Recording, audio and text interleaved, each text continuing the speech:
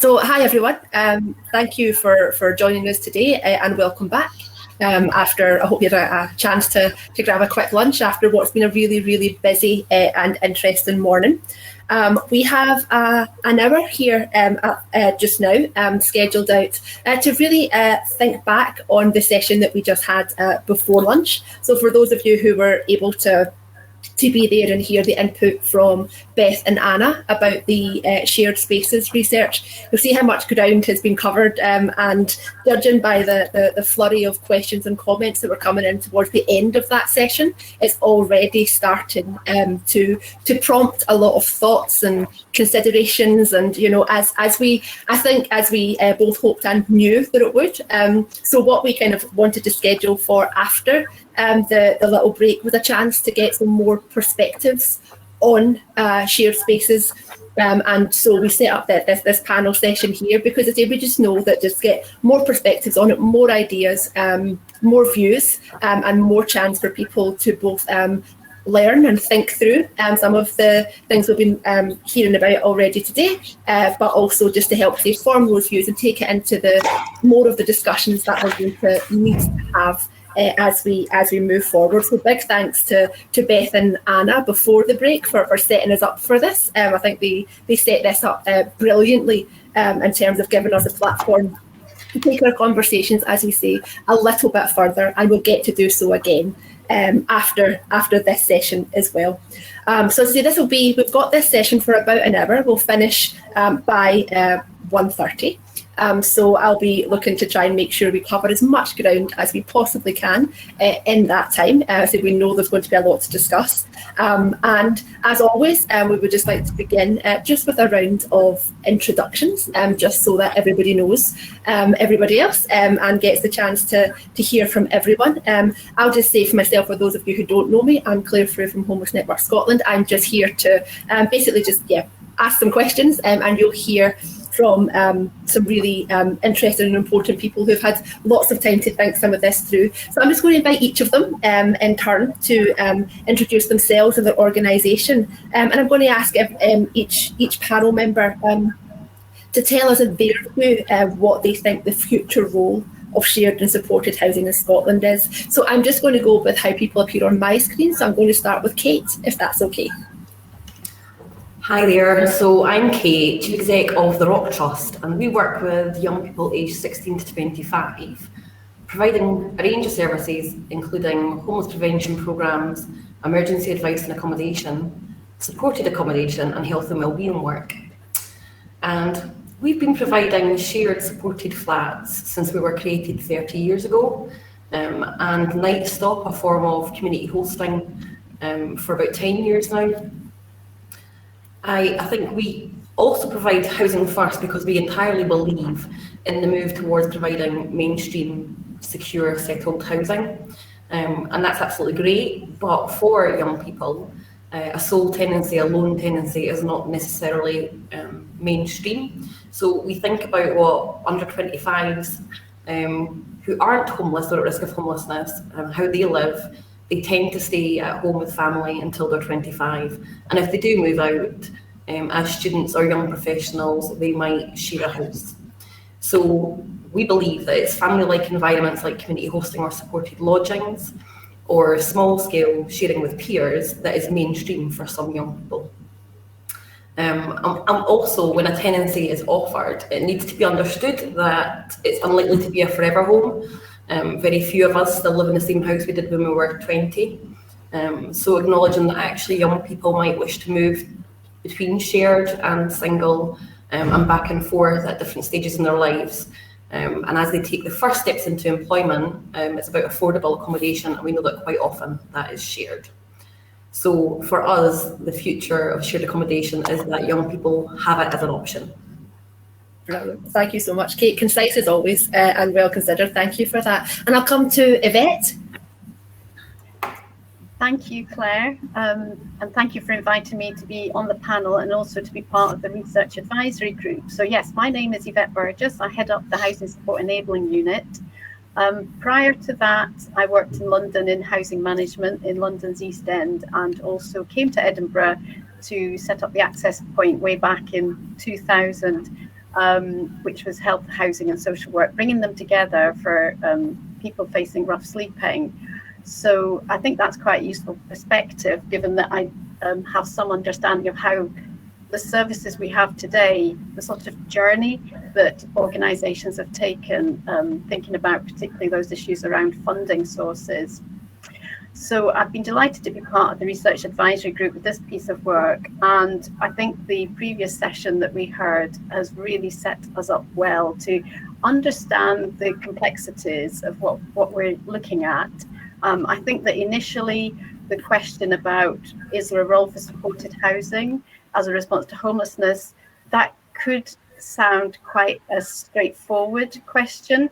And I think as we've gone along, we've realised that there's a lot of complexities around this in terms of, well, what does settled mean? What are the different models around?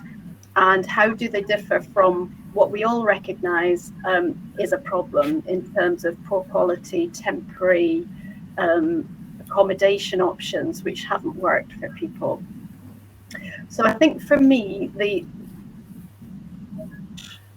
now, and I think Anna and her team have done a terrific job in highlighting individuals' perspectives on this, and I'm really impressed by the range of experiences interview to bring to the table, a whole range, and also I think the usefully highlights different sorts of needs and also the different accommodation setup.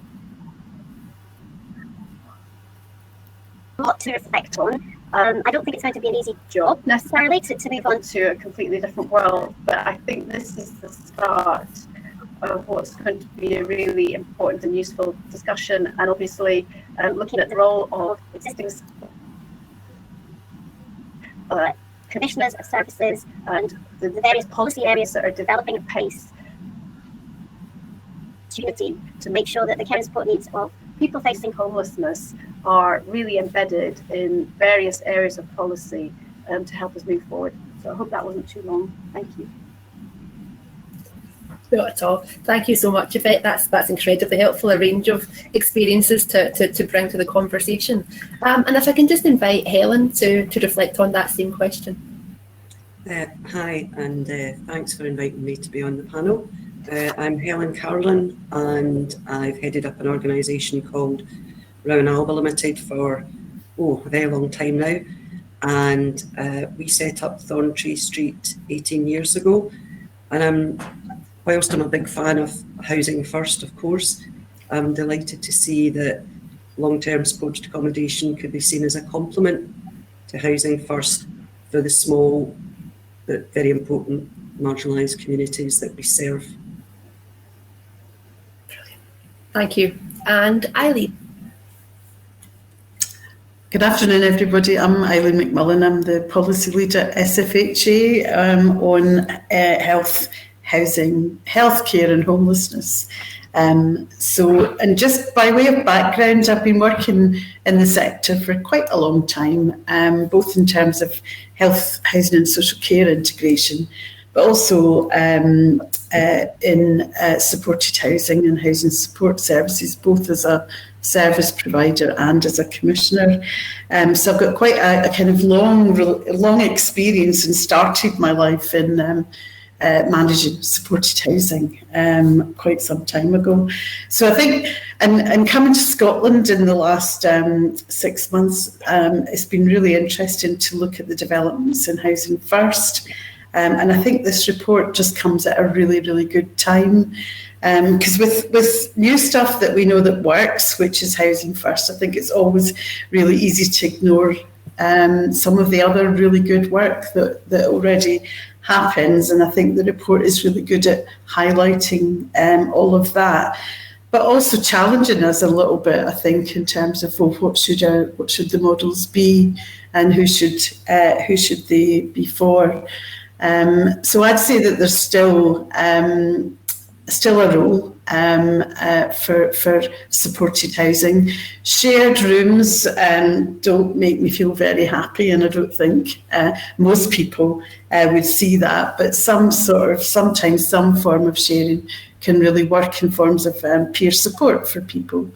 And I think, so there are situations, and I think there are two previous speakers just highlighted, there are situations where supported housing in a kind of bespoke type provision is needed and works. And that's in quite a few different situations, I think.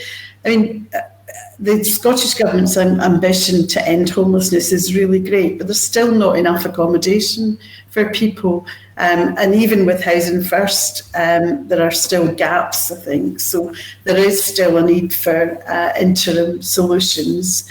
I think the report highlighted that there's people that don't actually want to move into mainstream accommodation, either because they've got quite complex needs or they haven't lived in those sorts of communities before, and maybe sometimes are afraid of those communities because people aren't always as accepting of differences we'd like them to be. And I think there are also times when people have got housing, health and care and support needs that come together and mean that they really need a kind of bespoke supported housing environment. So I think there's lots of food for thought. It hasn't given us a kind of answer for right now, but I think it's given us some good questions to ask about how we make sure that people have got choice in where they live and who they live with. And that the support that they get is flexible, that you know, in a way that works for them, in a way that meets their needs, whether they've got mental health, substance misuse issues, or like in Kate's situation, sort of young people that have been in care, that have been institutionalised and haven't experienced living on their own before. So that's my contribution, and thank you for inviting me onto this panel, Claire. Brilliant. Thank you so much, Eileen.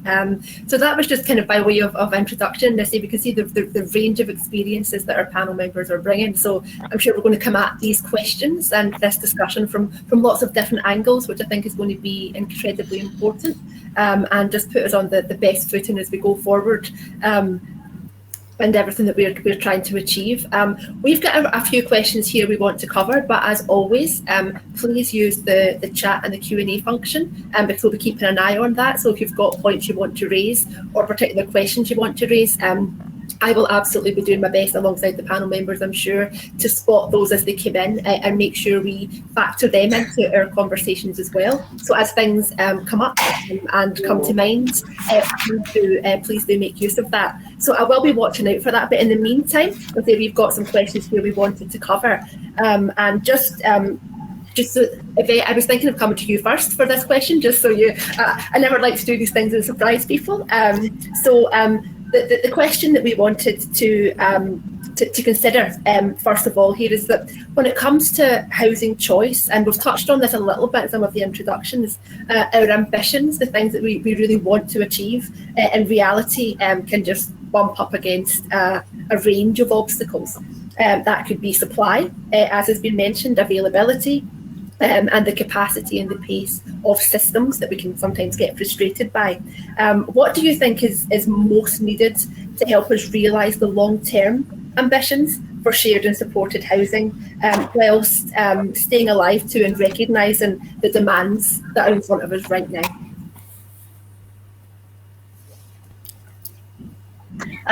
Well, one of the things I was struck by the research,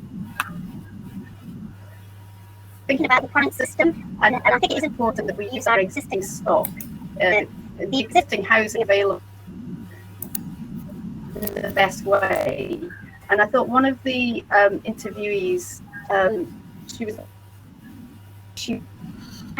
quite happy about it in terms of a joint tenancy, or at least two people sharing a flat. That didn't work out, and so the process for then moving into another shared flat became a bit problematic because the location, but it was something that she was completely up about systems and making sure that we do recognise that people who have health care, then their experience of the system is actually really important, as well as to help them maximise the options that are available. So obviously, housing shortage will continue to be a problem, but when we're looking at building new affordable housing, then we need to make sure that supported housing is thought of. So I'm thinking that the housing with varying needs review at the moment, perhaps that's an opportunity for us to have a look at, what do we need to have in there. We've been talking in the research, we've been finding that people want sort of small scale supported accommodation type arrangements. So let's get that in the new bill. What do we need to do to reconfigure existing shared supported housing, which isn't people's needs? So I think there's a bit of new supply, but also obviously looking at what we can do with existing stock and how that might be reconfigured. Obviously, funding is a huge issue for our current supported housing providers. And I think particularly given that I know the research wasn't about temporary arrangements, but we are looking at, or at least local authorities, health and social care partnerships will be looking at the future of existing temporary supported housing stroke hostel arrangements. So the funding that's tied up in that, new funding coming in from health and social care partnerships, all of this needs to be looked at really carefully at a local level. Brilliant. Thank you so much, Yvette. And incredibly important on a range of levels, obviously thinking ahead, but also recognising that we're not always starting from a blank sheet of paper. There are things we need to change, but there are resources that we maybe currently have. I was going to come to Kate with the same question, but also note, I'm not sure if you're looking at the chat as it's going through there, Kate, but Duncan's also made a point about the particularly for young people, about just kind of their support and their input into decisions about their support. So I wondered, I thought I would just take this opportunity in case we missed Duncan's point later on and we'd run out of time to get there, if you wanted to respond to say both the first question and maybe Duncan's point there too. Thank you. I shall endeavour to do both. So I think we've always acknowledged that Scotland is world leading in its policy, legislation, guidance, and the way it works is brilliant. But actually, we still have a massive issue in that we have implementation deficit disorder, and we don't actually act on some of the frameworks that we have. What I've found really interesting over the last couple of years, and in fact, perhaps this was buoyed by what happened in the pandemic, was that the sector, be it the third sector, government, whatever, people involved in health, housing, and homelessness, all pulled together and became really creative in a way that we never have been before, I don't think. And I've worked in the sector my whole working life. I do feel like people pulled together, and whether it was the welcome centres or the COVID positive receptions or whatever it looked like, we've done some amazing things. So I don't think that issues of supply availability, affordability, capacity, or pace of systems are truly wicked and unsurmountable issues. I just think it needs us to be really creative and like Yvette says, in how we use the resources we have, and then focus and prioritise the resources that we then need to grow. So I don't know if that answers entirely question one, but that's my go at it. In terms of Duncan's question regarding young people and their choice and the levels of input in their options. So yes, if we're working with young people, they do have a choice. And quite often, and I guess this is why I say that actually what's needed is to make sharing more acceptable and more of a culture of sharing, because actually lots of young people will come to us, particularly if they're coming from group care settings, and what they really, really want is their own place where there aren't any authority figures and where they can do their own thing. But sometimes a short while of being in their own place, they'll decide that it's quite lonely and isolating and they want shared. So we allow young people to move around within our accommodation as much as we can with the capacity we have. And that includes things like night stock. We don't put young people into host homes if that's not something that they find acceptable.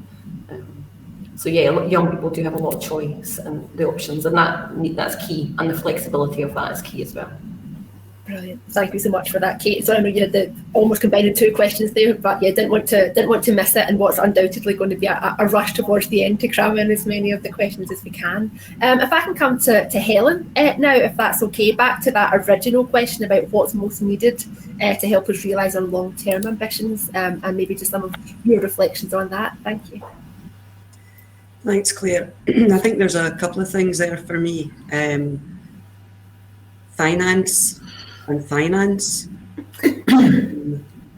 And we undertook a fairly small scale piece of research around the thorn tree in 2019, just as we were heading into sort of worrying about pandemic time. What we found was, and I can put up a link, or somebody can help me put up a link in the chat, about the results of that report, which found that for every pound of revenue spent supporting the 12 gentlemen at Thorn Tree, it actually saved the public purse £3. So some of our gentlemen would have had an awful lot of interaction with A&E, criminal justice. We had one gentleman with 186 previous convictions for breach of the peace. So if you look at the bigger picture and you add all that up, and you look at potential savings from safely and adequately housing people with support, I think that's something that's worth looking at. The other big issue is, of course, suitable accommodation, where particularly in the tourist hub of Edinburgh can be a bit of a problem, but I've no doubt there are ways around it.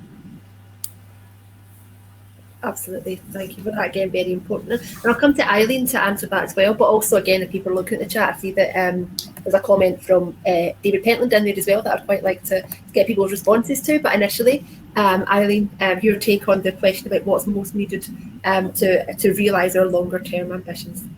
I will say first, I mean, I agree with almost everything that my other panel members have said. I think the report did identify that there's a bit of an oversupply of shared supported housing. And as far as I'm aware, it is still true that the commitments in Housing to 2040, which are amazing in terms of the ambition around homelessness, but there's still a focus on numbers of housing. And I think one of the challenges is about if there are existing buildings that need to be remodelled, is how do we fund that? Because it doesn't add to the numbers of stock. And for kind of areas that are hard pressed and try to reach their targets, that could be a disincentive. So if there was more flexibility in the way that the capital funding system could work, I think that would be really, really good.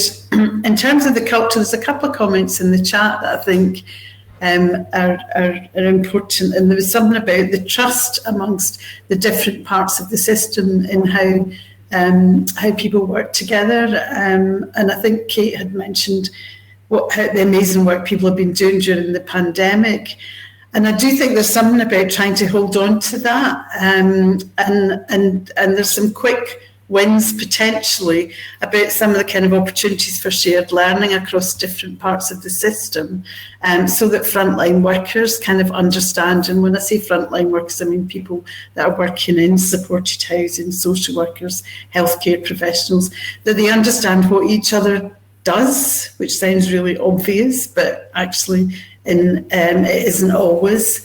That they understand the different constraints and opportunities that they have to work together to support people effectively.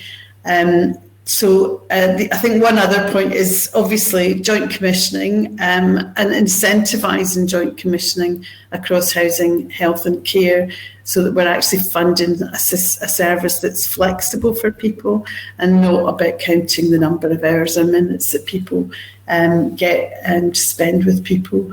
And I think if we can realise some of the commitments in Housing to 2040, I think we'll go a long way towards kind of solving some of these issues around supported housing. Brilliant, thank you, Eileen. I think you picked up very, very well there on Martin's comment about the trust that needs to be there, which I think is absolutely right. And just before we move on to the next question, just to invite any comments from any of the panel members about David's points. he's acknowledging the Rowan Alba model and the good work happening there, but sometimes still more in the world, I think, if I'm understanding David's point correctly, still in the more temporary supported accommodation, which is obviously not the focus of this research, but I suppose, still thinking about some of the cultures you might still find there, and the particular point about staff and how well trained they need to be, and actually how well paid they need to be, and while we may experience some of that in the temporary sector, they could very much be relevant questions as we move forward. Does anybody have any thoughts on that, Yvette? Is there anything from your perspective or anyone else's just on any of those points? Well, I suppose, yes, I mean, I completely understand the issues around temporary emergency accommodation. And I found that the whole way through the research, it was really important to make that distinction between what we think of as a long-term settled supported housing option, which, if we look around to see, well, where does it exist already as a good model, then we would be looking at Rowan Alba, we'd be looking at the Rock Trust, we'd be looking at examples that are funded through health and social care partnerships, whether that's for people with learning disabilities, mental health, other groups, as well as those facing addiction. So I think we always need to make that distinction that long-term supported housing should not be looking at all like the temporary congregate accommodation models that the homelessness system at the moment seems to rely on to help people. Yeah, can I just come in? I'm sorry, Kate.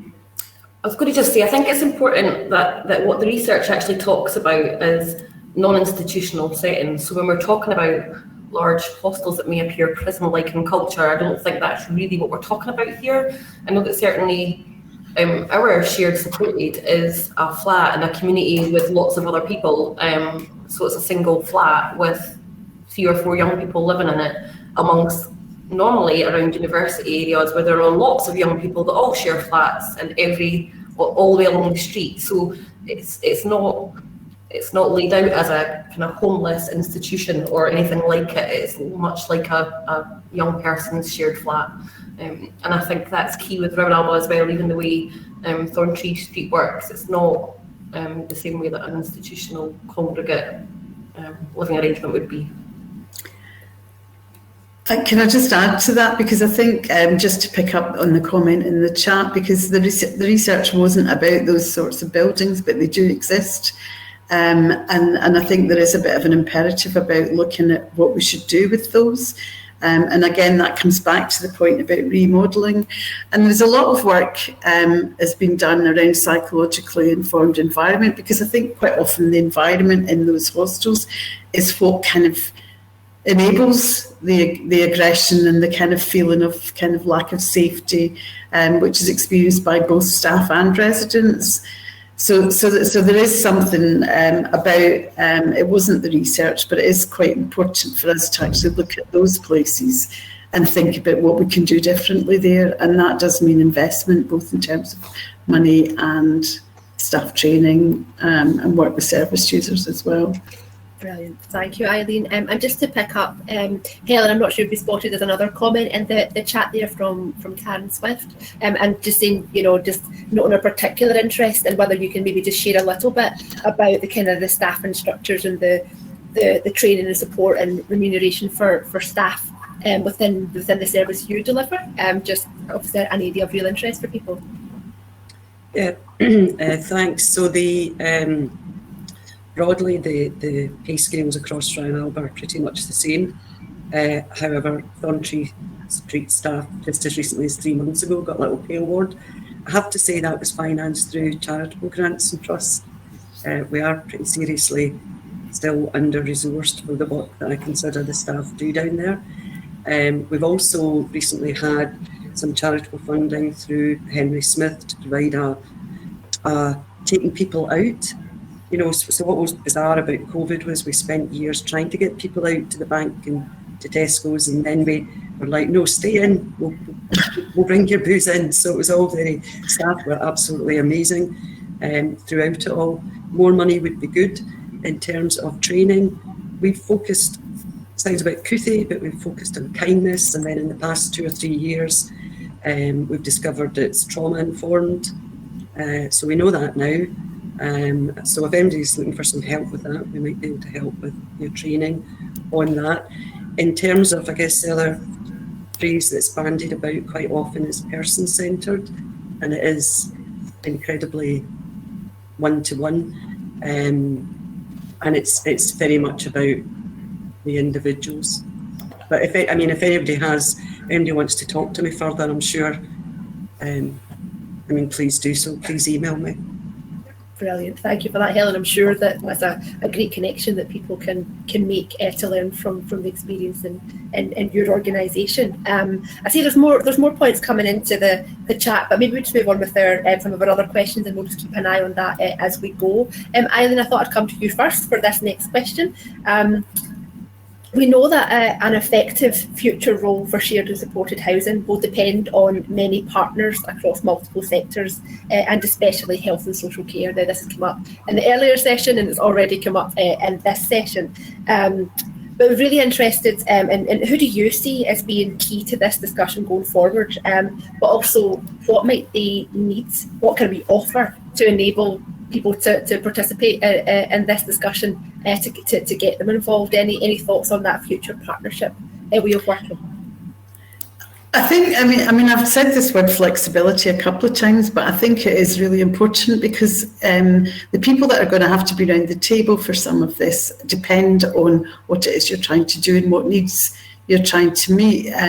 So we talk, I can wax lyrical about how health and social care should be involved for forever. I think we all know that. I think what we'd really like to see is some commitment in the National Care Service proposals to make that a reality. It's set out in Housing to 2040, and there's some quite strong statements in there about it. We just need to see that reciprocated from in the health and care sector.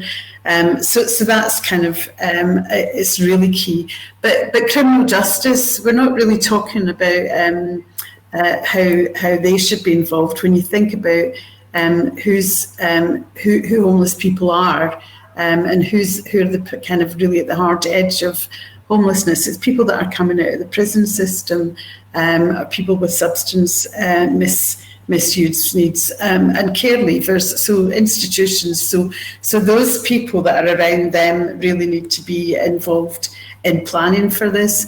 I think in terms of the enablers, it's like, I think there's some kind of really good policy statements from central government. I really liked Kate's implementation deficit disorder, because I think there is a challenge there. But locally, I think what's needed, and I know this sounds quite bureaucratic, but some kind of local needs assessment, so that we know what it is that we're trying to achieve in different local areas, and getting the right people around the table. So that needs to be housing associations. It needs to be voluntary sector, third sector organisations, as well as the health and social care professionals and people that have used services. I think the report really highlighted the experiences of people that have been in the system, and I think we need to make sure that they're involved in the discussions to take this forward. They kind of know, and sometimes, as Kate said, you do get people that say, I just want my own flat, and then they have their own flat and they can't, they don't feel comfortable in it. But it's about, so there's something about working with people to, to support people to understand that there are different options, and a shared solution for a period might not be the only solution that's going to last forever. So involving people, involving the right parts of the system at the right time, which includes criminal justice, voluntary sector, social work and mental health. We talk very generally about health and social care services, but they're complicated systems. And we need to make sure that we kind of we're identifying who the right people are to actually move some of this stuff forward. Brilliant. Thank you so much, Eileen. And Kate, if I can come to you next. I equally really like your phrasing round about our implementation deficit disorder. I think it's a great way to describe sometimes where we don't get to where we want to. And sometimes that can be because of partners and working with the right people, and also sometimes making it easy for people to get involved rather than just saying, you need to come to us and support this work we're doing. So any thoughts from you on who the right partners are and what's going to enable that to happen? Well, I think partly for me, I think it's a bit about a culture change as well. I think, it's a strange place that everyone thinks that having your own house is the place to be, and that's the kind of big aim and where you want to be. So I think there's something here about actually the fun parts of shared housing, because it can be fun and it's part of most people's youth at some point. So something about making that more acceptable, but also making sure that people are prepared for that and that it's secure and supported. So I think, I don't know, we talk lots about matching people for sharing or the skills required for sharing, because that is a skill base of itself, but also about how culturally appropriate it is to share and move between types of tenure. So for me, education, parents, youth work, and talking to young people about their potential housing futures and what might be good for them as well, and making sure that that's not just getting your own place and it being your forever home. So I think that's really important. So as well as health and social care, landlords and families, we think that actually it needs to be part of the education of our young people, that they kind of know what housing options are available to them and they're able to choose those accordingly. Brilliant. Thanks, Kate. And Helen, any thoughts from your perspective? I suppose anybody that the end user would be likely to be involved with. The gentlemen that we're accommodating are kind of, can I say, ricocheting around different services. So any and all of those.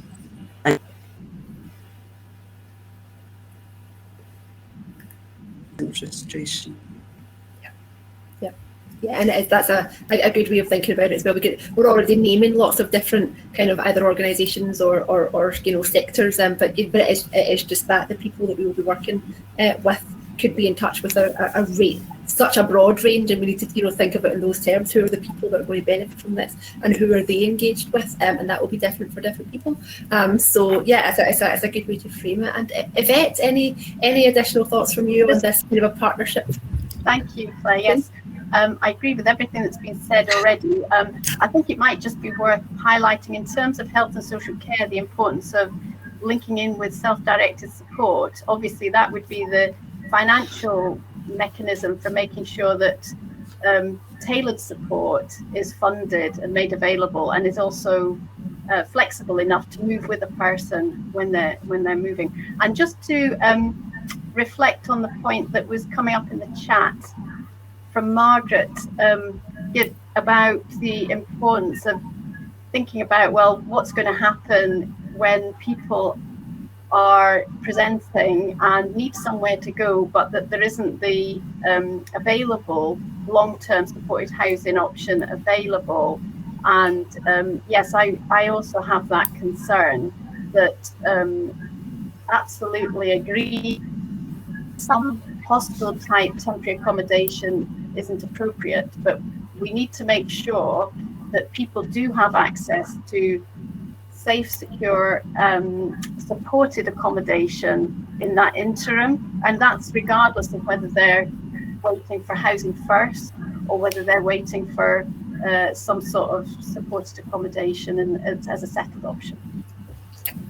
Thank you for that, Yvette. And if people haven't had the chance yet to read some of the comments that are going there, I know that Beth's contributed to it, and Margaret and a few others. Is a really interesting, and I'm sure we'll touch on some more of it in this session, but there's a really interesting conversation happening in there too. So it just shows the range of things for us to continue to think about, and importantly the vision that we have, as articulated a little bit earlier in the day, but also as we know, how we get there, and imagine and understanding where some of the challenges might be, and where we might need to think a bit differently, or where we might need to put in some stopgap things to make sure there aren't other gaps further. So just, as always, just lots and lots for us to think about in there. Yvette, if I could just stay with you for the next question for now, and I'll keep going back to the Q&A and chat to bring in some more things there.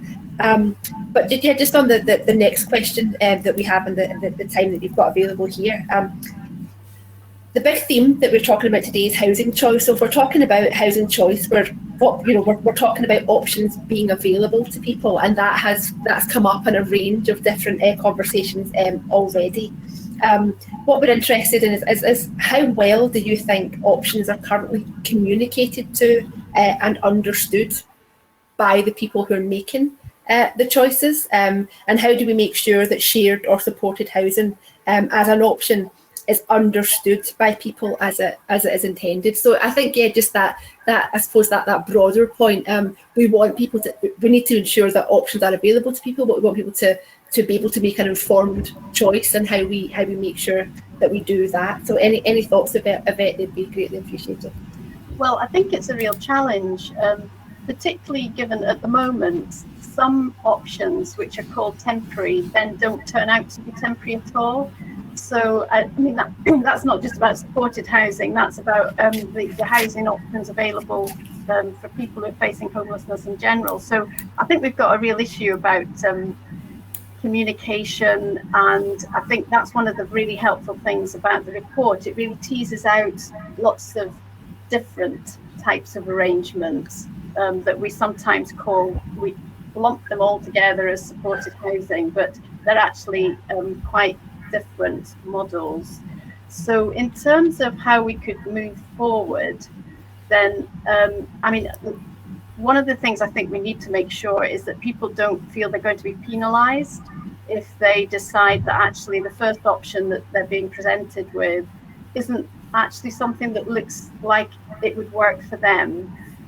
So I do think having that element of control is so important for people, choice and control.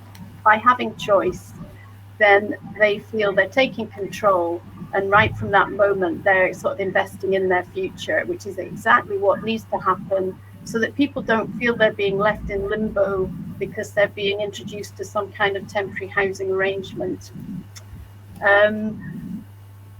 So I think we've probably got some work still to do on describing the different options. I think it's interesting that we're coming to a conclusion through the report, the research, that a sort of core and cluster heading might helpfully describe what we're talking about when we're thinking about good quality supported accommodation, where people have their own front door, but they have the reassurance that support is within reasonable grasp. So it's sort of the geographical issue, isn't it? The core and cluster approach. And I think that's something that is going to be really helpful as we move forward, to talk to people about and to hear what they think of would come within that model.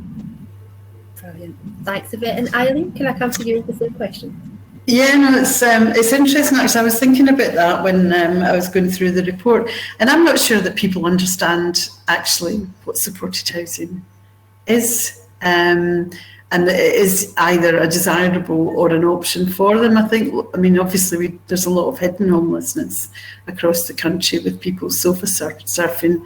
I don't think a lot of people know that there is an option to go into supported housing. I think there is something, like Yvette was saying, around communication. That's always an issue. But when we get to housing options teams, who are often the front line in terms of working or communicating with people that might be homeless, is supported housing on their agenda as an option for people? I'm not sure that it is everywhere. I could be wrong about that. There'll be somebody that says we've all got it, but I'm not sure that it's there, or that it's well understood necessarily, even by the people that are offering advice and support. So that I think there is something about it. I think people are suspicious of it. I think somebody said that in the chat. and that it involves an element of control over their lives that they don't necessarily want. So there's something maybe about getting some of the stories out as well from young people or older people that have experienced living in supported housing as a positive thing, and improving kind of generally understanding of it.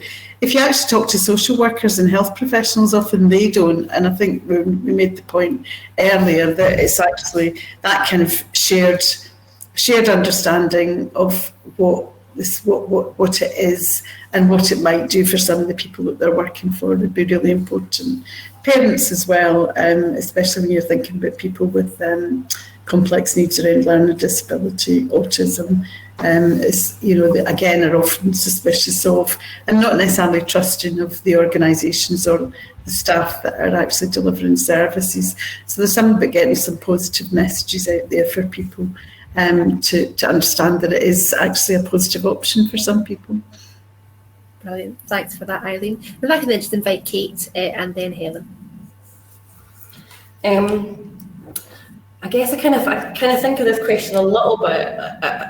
It reminds me of the saying about Henry Ford. If Henry Ford had asked the people what they wanted, they would have been making faster horses. So there's something about asking people who are in a dire state of crisis at the point of presenting as homeless what they want, and it'll be a place of safety. And so, if you're in a shelter, a B&B might seem great. If you're in a B&B, a house might seem great. Whatever that looks like. But actually, I think we need to have better options in the first place, and then make sure that we have clarity around what the pros and cons of each one are. We quite often see young people staying somewhere because they've held out this long for their flat, so why not just hold on a little while longer, even though where they're living might not be healthy for them. So I think there's something here about having good options available, but then also about having good explanations of them and how we communicate to people. Also about them knowing, for young people specifically as well, is knowing that it's not their final option. Like, if they make a decision and they then realise they've got it wrong, they can choose something else, because that's what we all do. Mm-hmm. And of course, we know that all the choices are always going to be limited. Aren't we all limited in the choices we can make by our money or what we can manage or where we can live? But it's about making sure that the pros and cons of each choice are discussed. And also the responsibilities involved, because quite often that's a big barrier. Yeah. And they could be the factors that influence someone's choice. It might not necessarily be the type of accommodation, it might be a set of responsibilities that sit there that people either want or don't want. And it might be that rather than some of the more obvious things that actually becomes part of the informed choice for someone. And I think you're going to become the most quoted person of the day, Kate, so far. I think other people are enjoying your... Just sound bites. Yeah, it's much more than that. But you're giving us a way to think about things that in a simple way that can help us unpick it all a little bit more, which is great. So I think we're all going to be leaving quoting something that Kate has said. But if I can come to Helen on this question too, that would be great. I don't have an awful lot to add to what Kate has said. It's a very difficult act to follow, as you can see. But all I can say is that the choice for the men at Thorntree Street has been the street or Thorntree. It's run well for 18 years. Well, the first 2 years were very difficult, but after that, once we got the knack of it, so it works. And it's, there's nothing new under the sun. We've accommodated over 80 men in that time, in the 18 years, and only 2 have left. So for me, there's something about that, there isn't a Thorntree 2 that the guys could choose from, but the model is effective. As I say, it's once people get there and settle down, it is a home for life, and it seems to work, and their options are limited. Yeah, no, thanks for that, Helen. Almost what you're describing, choice can be reflected in many ways about once people are there, what people are choosing to do is stay. And that's sometimes where, choices are made at different points along the way. And that in itself is a choice, which is a really important one. I just wanted to note Martin's comment in the chat there as well. No choice equals lack of hope and desire. And we can all, imagine what that becomes in terms of if you have no say and have no choices in front of you, how quickly we can land in a place like that. So thank you for adding that into the discussion, Martin. That's great. We've got about 10 minutes left, and we've got one more question here to cover, and I can still see there's more coming into the chat. Genuinely, when we were waiting to come on here, we genuinely commented on how the comments were really picking up towards the end of that last session with Beth and Anna, and we can see the same happening here. Genuinely, it feels like the more we discuss this, the more there is to come out, which I think is a great thing. I think it's quite clear we're nowhere near the end of having exhausted ourselves in terms of more questions and more points of consideration, which I think really is a good thing. But I'll finish up with our question just now, and we may have a few minutes at the end for anything else. We'll see how we're doing with time. So if I can come back to Eileen for this question. So we heard from Beth and Anna earlier, and we've discussed the future of shared and supported housing over this past almost an hour. And we touched on some before about some of the things that can often stand in our way, but equally important to think about what we have on our side. So what do you think from your perspective that we already have on our side that will help us move forward and transform services for people? I've actually got a bit of a list here, so I think I might just actually go through it because it was interesting. There are lots of positives. I think the strategic commitment at sort of national level amongst all the partners, not just government, but a lot of the homelessness agencies, SFHA and others, is really there in terms of solving this problem and ending homelessness. So that's positive because people want to do it. Nobody's saying homelessness, it doesn't matter. People want to do it.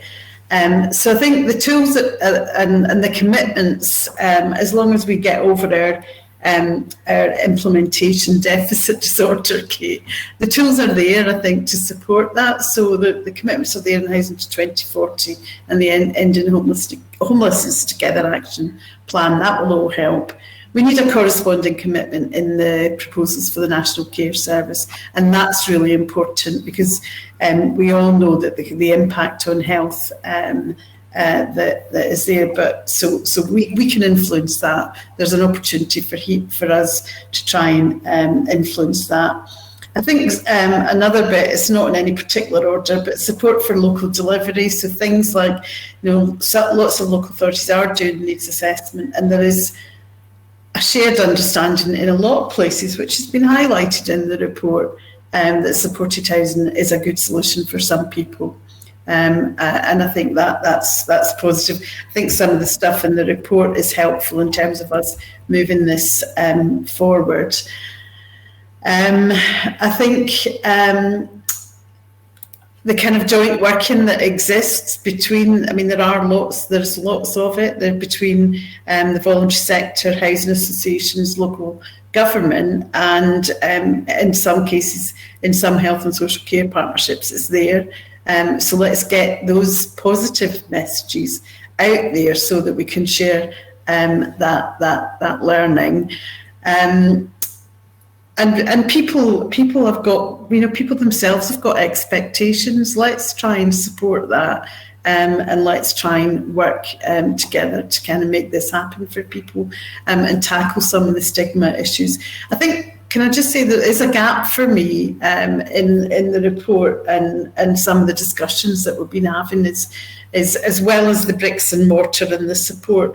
I don't think we've thought very hard about using technology. It wasn't part of the brief for the research report, but I think there's opportunities for us to look at other ways to support people in their accommodation. So that's just some of my list. Some of them. Thank you for that, and throwing in some more questions for us to consider, which is even better. Helen, can I come to you on that last question as well? Sorry, what was the question again? Yeah, it's about thinking about what we kind of already have on our side that's going to help us move forward to transform services for people. I think there's a greater understanding in the general public about the problems around homelessness. I think there are options there. Eileen, I'm not too sure about, I'm trying to think how we would use technology at Thorntree Street, and I'm not 100. our tenants there would make me look like an IT expert. So I think there are limits to that, particularly when we've got complex individuals. But no, I think there's a bit of public disdain for the fact that there is homelessness. Already we've got great partnership working with City of Edinburgh Council. So I think all things are possible. At Rowan Alba, we've gone on and set up a new community benefit society to take investment from the public. That's been very successful. So I think if everybody put their money where their mouth was, it would make a big difference. And just personally, if we could morph to more suitable forms of housing and stop paying so much away to the private sector for poor accommodation, that would be really good. Brilliant, thank you. And in the final couple of minutes we've got left, if I can have invite Yvette and then Kate. Yes, just to add really that I think we've got good quality supported housing that works well with other social care groups. So whether that's sheltered housing for older people, supported housing for people with learning disabilities, I think we should always keep that in mind in terms of long-term settled supported accommodation. We've also got really comprehensive regulation of supported housing as well. And so, there really isn't a reason why there should be any poor quality continuing in terms of supported accommodation. So that lots of information being gathered there, and obviously the workforce is regulated as well. So real opportunities for making sure that standards are being adhered to and improvements are made where necessary. And I think also just picking up on what Eileen's already said, the fact that legislation in Scotland is so progressive, that we're in a really good place to get everything lined up so that in all these different policy areas, we're all heading in the same direction and we're actually moving towards implementation. This should really be a good time to be able to do that. Brilliant, thank you. And Kate? I guess I think about the fact that with local authorities having the duty to house people who are homeless, we've grown this massive emergency and temporary accommodation range. And then with the decision to end homelessness and make it rare, brief and non-recurring, what we try to do is shrink that by focusing on prevention and housing first. But housing first is based on the premise of people getting a mainstream secure house as quickly as possible. And I guess today it really does show that for some people a mainstream secure house is shared and supported. And a mainstream secure house isn't necessarily forever, and it could be transitional. But what we want to do is make sure that it is choice-based and that it's something that any of us might choose at some stage during our life, whether that's when we're 16 or 80 or whatever that is in between. So for me, I think the fact that we're all sitting around the table talking about it and acknowledging that housing first is not the only way, but that mainstream housing and choice for everyone is the important part, I think is halfway there. Yeah, absolutely. Thank you all for that. We are unfortunately pretty much run out of time, which unfortunately always happens. It feels like we could cover so much more ground, and I can see that there's still comments coming in there. Which, what I will say again, is it's another good sign, because I think I'm right in saying that you'll now have heard from the researchers who have led the bit of work, and Beth as the chair of the advisory group, and then got a few more perspectives on it from providers and others who've been part of the advisory group as well. And now, just most importantly, people will get the chance at their tables in the conference space to test this a bit more and take forward some more of those other points and questions and discuss them with each other. We just hope that the couple of sessions you've had so far have set you up to support those discussions as we go. So please take that opportunity to think this through some more and ask more questions of it. But yeah, that's us reached 1:30. That's our time run out. So a big thanks to Kate and Yvette and Helen and Eileen. Thank you for all of your contributions and taking on all of those questions and the comments as they've come in. And I think that's us for now. And I'm sure you will come back to joining discussions at your roundtables. Thank you very much. Thank you. Thanks, Claire. Thank you.